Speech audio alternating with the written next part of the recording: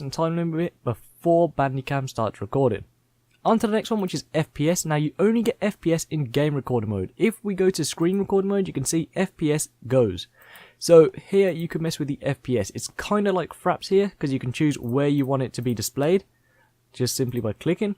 And you can even pick if you want it to be displayed. So you don't have to have it on, you can set up a hotkey as well. And you can see you can even set up an FPS limit. So mine's capped at 60 frames per second, and is checked to only when capturing.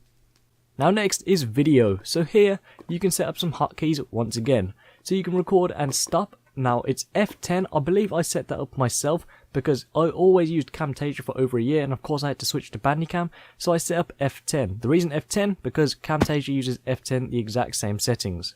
As you can see, for a pause hotkey, I never actually pause my videos, so that's why I don't have a hotkey set up. Show mouse cursor, obviously you'll need that checked if you want the mouse cursor to show. If it's unchecked, it won't be on the screen. Now in addition to this, you can add a mouse click effect, meaning when you click, you can have like a color come out of it, or the sound itself. Now here you can also add a webcam overlay, so you can record the screen and your webcam at the same time. And again, you can come to settings, and you can mess with this right here, so you can see the sound, you can see what to record the sound with. You can have your primary sound device, so where the volume comes out of, and you can see you can also have a secondary device. It's completely up to you though. Now they also have save audio tracks while recording, and it saves as a .wav, which is a pretty good file as well. It's small, so you can also have that checked if you want to. Then moving on to the webcam, you can just mess around with the webcam settings. Here you can actually add a logo to your videos, so without you having to edit it yourself and put it on, you can do it in Bandicam itself. Now onto effects, you can see the mouse effects. So if this is checked, you can add a mouse click effect. So if I left click, it will come out red. If I right click, it will come out blue. And here you can also add a highlight effect to the mouse, meaning there'll be like a highlight of color around it. So you can change your color to whatever you want. Just click on them, and you can see right there. And the final thing is options, and as you can see, recording priority. So you can just go ahead and mess with that. This one is probably the most recommended one, so you can keep it on that. And then here you can just mess with these settings here. Now onto the video format itself. Now you need to be careful with this, because when I first got Bandicam, I was clueless to this. I recorded straight away without changing any video settings, and I couldn't import the video into Sony Vegas directly. I had to convert it. But there's a solution around it. All you need to do is come to presets. Then as you can see, it says Sony Vegas, Premiere or Pinnacle. Click that, and these are the settings you'll need if you're editing in Sony Vegas or the other programs I just mentioned. As you can see, there's also other presets right there. So you can see YouTube 720. That's if you're going to upload directly to YouTube. So it's up to you, but of course there's probably going to be editing involved. So pick that one if you're using my one. So like that. So then of course here we have settings, and as you can see, you can have a file type as AVI or an MP4. You can choose the video size at full screen or any of these right here. You can choose your frames per second. You can choose the codec. You can choose the quality. Then of course you can mess with the audio right here. Personally, I'd leave all this stuff the same because it comes out good either way. Now onto image. Now as you can see, it says capture, hotkey again. This is how you take a screenshot. So if I press F11 while recording, it will take a screenshot. Now as you can see, it says repeat a screen capture, which means it will double up. So just press F11 and it will take 2 photos. Here you can choose a show mouse cursor. So when you're taking a screenshot, do you want the mouse cursor to show or not? If you want it to show, make sure it's checked. You can see you can even enable a shutter sound. So when you press F11 or take a screenshot, it will make a shutter sound. And below here you have the format. So you can have a BMP, PNG, JPEG normal or JPEG high quality.